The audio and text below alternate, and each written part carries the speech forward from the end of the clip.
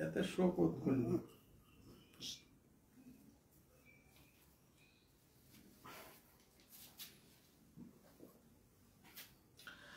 আজি আমি কথা পাতিবলৈ আহিছো অসমীয়া আসাম মিয়া সমুদায়ৰ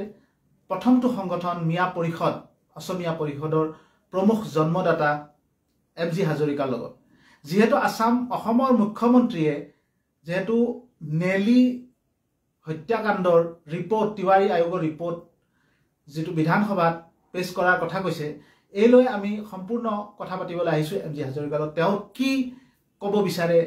সম্পূৰ্ণ ঘটনা লৈ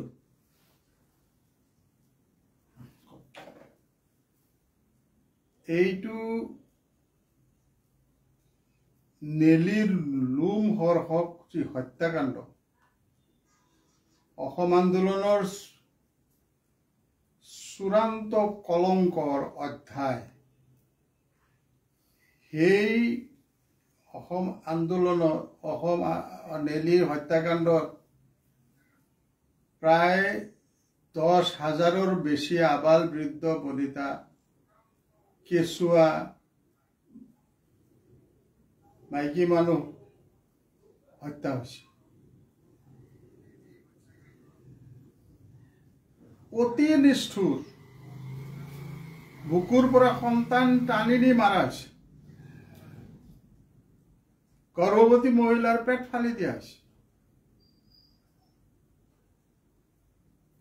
নমাজৰত মানুহক মছজিদৰ পৰা খেদি বোকা পানীৰ পথাৰত দৌৰাই নি মাৰা হৈছে এটা চৰম বাৰবাৰিয়ান যুগৰ মানে তাত এটা প্ৰতিফলন হৈছিল 83 নেলিৰ হত্যাকাণ্ড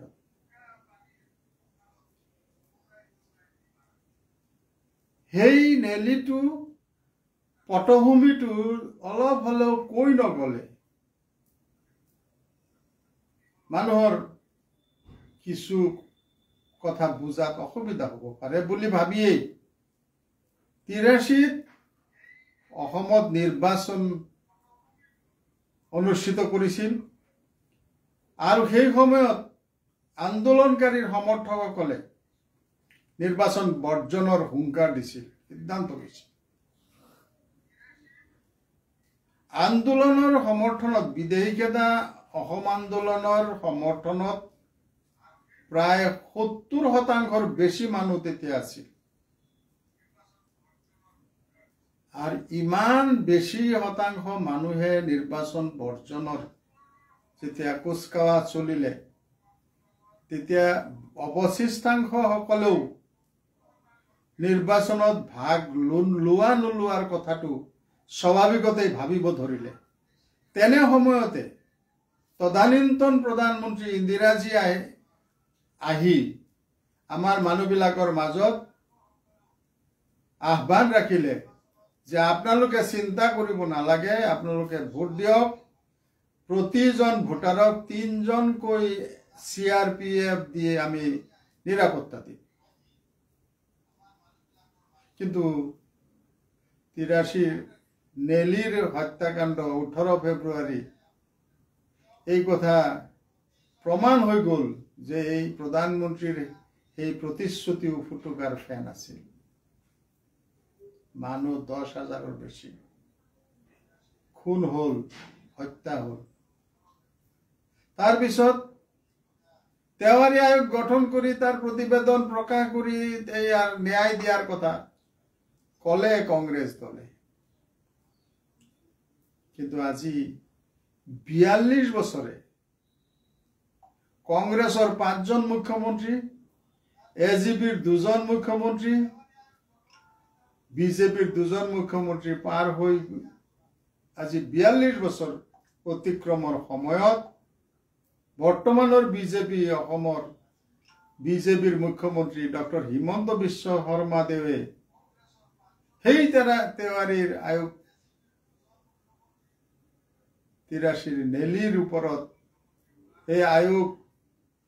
প্ৰকাশ কৰিব অহা নৱেম্বৰ মাহত বিধানসভাত বুলি যি প্ৰকাশ কৰিছে তেওঁ লগে লগে আমি বহুদিন 42 বছৰে নোপোৱা বস্তুটো পাম বুলি মনত কিবা নহয় কিবা অলপ হলেও আশাৰ সঞ্চাৰ হৈছে কিন্তু লগে লগে ভয় হৈছে আজি 1-1.5 মাহ আগতে 1 মাহ আগতে যদি জুবিন গাৰ্গৰ মৃত্যু যদি নহল হেতেন হয়তো আজিৰ তাৰিখত নেলিচ্ছও বিভৎস অৱস্থা অসমত হল হেতেন কিন্তু শ্ৰীমন্ত শংকৰদেৱৰ যি চকুৰি শতাব্দীক একত্ৰিত কৰি অসমীয়া জাতি বৰ অসম গঢ়াৰ যি মানে সপোন বাস্তৱায়িত হৈ আছিল শংকৰ আজানৰ দেশ বুলি অসমৰ মানুহে মানে গৌৰৱ কৰিছিল চাউলুং চুকাফাইও হাতৰাজ মাৰি অসম বৰ অসমৰ এক ৰাজ প্ৰতিষ্ঠা কৰি অসমীয়া জাতিক শক্তিশালী কৰি থৈ গৈছিল এইবিলাক ভাঙি থানবান হোৱাৰ সময়তে অসমৰ অসমীয়া জাতিৰ হিয়াৰ আমঠু শিল্পী সংগীতজ্ঞ জুবিন গাৰ্গদেৱে অসমত এটা equity brotherhood freedom and nationality প্ৰতিষ্ঠাৰ যি পৰিৱেশ কৰি থৈ গ'ল যাৰ কাৰণে আজি অসমত হিন্দু মুছলমান নাই আজি অসমত জাত ধৰ্মৰ কোনো বিভেদ নাই আজি অসমত মাত্ৰ আছে মহব্বত ভাতৃত্ব প্ৰেম আজি বৰ অসমৰ ভেটি যেন আকৌ গঢ় লৈ উঠিছে এনে এটা সময় যিটো 42 বছৰে কোনো ৰাজনৈতিক দল চৰকাৰে কৰি নিদিলে যিটো অসমৰ অসমীয়াৰ সন্তান অসমীয়া জাতিৰ মানে কাণ্ডাৰী আজিৰ যুগৰ শ্ৰীমন্ত শংকৰদেৱ বুলি জুবিন গাৰ্গৰ কলেও বঢ়াই কোৱা নহব সেই জুবিন গাৰ্গে যি অসমীয়া জাতিৰ ভেটি ৰচনা কৰি গ'ল এতিয়া এটা শান্তিৰ পৰিৱেশ এই সময়ত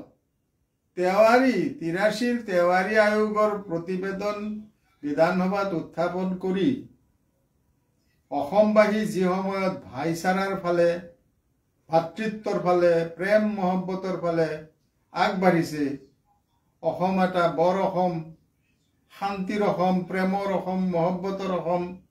ভাতৃত্বৰ অসম গঢ়িবলৈ উঠি পৰি লাগিছে সেই সময়ত আকৌ 26ৰ নিৰ্বাচন পাৰ হোৱাৰ কাৰণে তেওৱাৰী আয়োগৰ প্ৰতিবেদন প্ৰকাশ কৰি এটা হিন্দু মুছলমানৰ পৰিৱেশ সৃষ্টি কৰাৰ কিবা চক্ৰান্ত ইয়াত আছে নেকি এইবিলাকো প্ৰশ্ন মানুহৰ মনত উদ্ৰেক হৈছে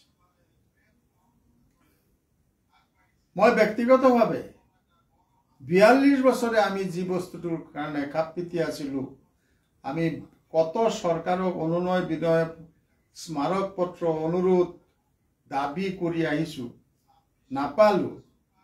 আজি যদি বৰ্তমানৰ অসম সরকার ডক্টর হিমন্ত বিশ্ব শর্মাই তেখেতে যদি এই বস্তুটো দিয়ে তো খুবই ভাল কথা এনেকে ভাবা যায় কিন্তু এই ভাল কথাৰ অন্তৰালত যদি মাত্ৰ 26ৰ নিৰ্বাচনী বৈতৰণি পাৰ হোৱাৰ আৰু হেতু কৰিবলৈ যায় আকৌ অসমত হিন্দু মুছলমানৰ তেজৰ ফাকু খেলৰ পৰিকল্পনা থাকে আহে তেতিয়াহলে কিন্তু ইতিহাসে কাকো ক্ষমা নকৰিব কিন্তু ইতিহাসে ক্ষমা কৰক নকৰক ইতিমধ্যে অসমৰ বহুত ক্ষতি হৈছে এইবিলাক দুশ্চিন্তায়ো আমাৰ মূৰত মগজত খুলি খুলি খাইছে কাৰণ 83 নেলি হত্যাকাণ্ড আন্দোলনকাৰীসকলে কৰিছিল বুলি ক'লেই কথাটো শেষ হৈ নাযায়। কাৰণ সেই আন্দোলনৰ মাজত সোমাই আছিল কংগ্ৰেছ পৰোক্ষভাৱে আৰু RSS প্ৰত্যক্ষভাৱে সোমাই আছিল। আৰু সেই শক্তিবিলাকে কংগ্ৰেছে মিয়াসকলক সদায় ভয়ত ৰাখি ত্ৰাসত ৰাখি ভোট আদায় কৰিছিল। সেইফালৰ পৰা মিয়াসকলৰ ওপৰত অত্যাচাৰ নৰসংসাৰ এইবিলাক হোৱাটো কংগ্ৰেছে ইমান আন্তৰিকতাৰে বেয়া পোৱা নাছিল, হোৱাটো বিচাৰিছিল। আৰু RSSও বিচাৰিছিল যে অসমত হিন্দু মুছলমান এটা সংঘাতৰ পৰিৱেশ হওক, সংঘাত চলি থাকক। যিটো শেহতীয়াকে অসমৰ মুখ্যমন্ত্ৰীদেৱ ডক্টৰ হিমন্ত বিশ্ব শৰ্মাই বহুবাৰ কোৱা শুনা পাইছো যে অসমৰ হিন্দু মুছলমানৰ মাজত সংঘাত হোৱাটো মই বিচাৰো, হ'বই লাগিব। এইবিলাক কথাৰ ইটোৰ লগত সিটোৰ যদিও বিপৰীত আকৌ মিল আছে। এতিয়া এই তেওৱাৰী আয়োগৰ প্ৰতিবেদন প্ৰকাশৰ মাজেদি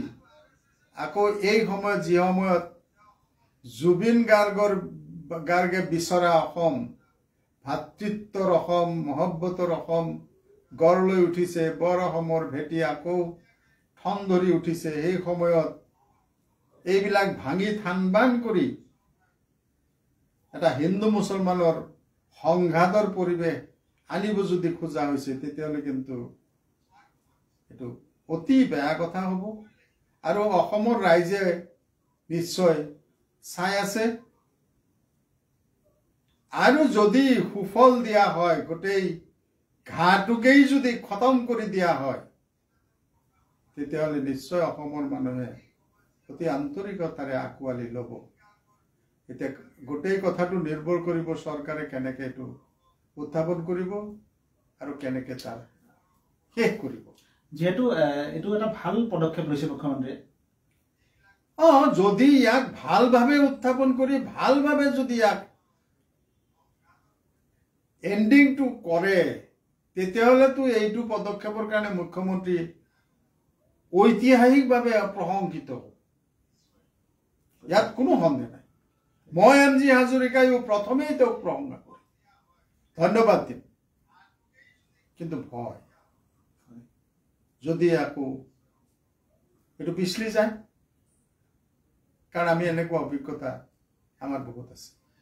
আৰু আমি এতিয়া ৰাজনৈতিক দলবিলাককে বিশ্বাস কৰিব নোৱাৰো। ইতিমধ্যে আমি মিয়া পৰিষদে গৱেষণা কৰি এই কথা ইতিমধ্যেই ঘোষণা কৰিছো যে মিয়াসকল যদি মুক্তি বিচাৰে, তেতিয়াহ'লে মিয়া সমাজৰ পৰা মিয়া সমাজ কংগ্ৰেছ মুক্ত হ'ব লাগে। আৰু তেতিয়াহে মিয়াসকলৰ মুক্তি আহিব, অসমীয়া জাতিয়ে পৰিত্ৰাণ পাব। কিয়? কাৰণ কংগ্ৰেছে মিয়াসকলক সদায় ত্ৰাসত ৰাখে আৰু বিজেপিয়ে চাপত ৰাখে। গতিকে দুইটাই জাতিৰ কাৰণে ক্ষতিকাৰক। এতিয়া আমি যেহেতু এম.জি. হাজৰিকাৰ লগত কথা পাতি গম পালো যে এইটো অসমৰ মুখ্যমন্ত্ৰীৰ ভাল পদক্ষেপ। যিহেতু এনেধৰণৰ ইমান বছৰ ধৰি কোনো চৰকাৰে এই পদক্ষেপ লোৱা নাই তেওৱাৰী আয়োগৰ ৰিপৰ্টৰ, কিন্তু আজি মুখ্যমন্ত্ৰীয়ে এই যিটো পদক্ষেপ লৈছে এইটো আদৰণি জনাইছে, কিন্তু আকৌ ভয়ো খাইছে যে ইয়াৰ আঁৰত যেন কোনো বেলেগ ধৰণৰ কিছু প্ৰক্ৰিয়া নহয়।